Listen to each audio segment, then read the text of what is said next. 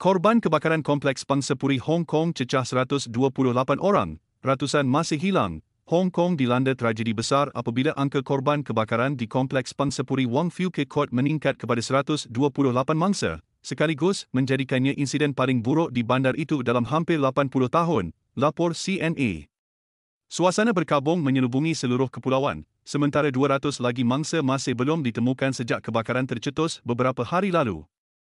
Pihak berkuasa menahan 11 individu untuk membantu siasatan, termasuk yang disyaki terbabit dalam kegiatan rasuah serta penggunaan bahan binaan tidak selamat ketika kerja pengubahsuaian dijalankan di kompleks tersebut. Kebakaran dahsyat yang bermula pada petang Rabu itu merebak pantas ke 7 daripada 8 blok setinggi 32 tingkat, diburukan lagi oleh pemasangan perancar buluh, jaring hijau dan pelapik kerja renovasi. Walaupun operasi menyelamat rasmi di daerah Tai Po berakhir pada Jumaat, polis menjangkakan angka korban mungkin meningkat apabila pasukan penyiasat meneruskan pencarian di dalam bangunan yang masih dipenuhi sisa kebakaran. Tragedi itu mencetuskan desakan besar terhadap pemantauan keselamatan bangunan serta ketelusan dalam projek pengubahsuaian di Hong Kong.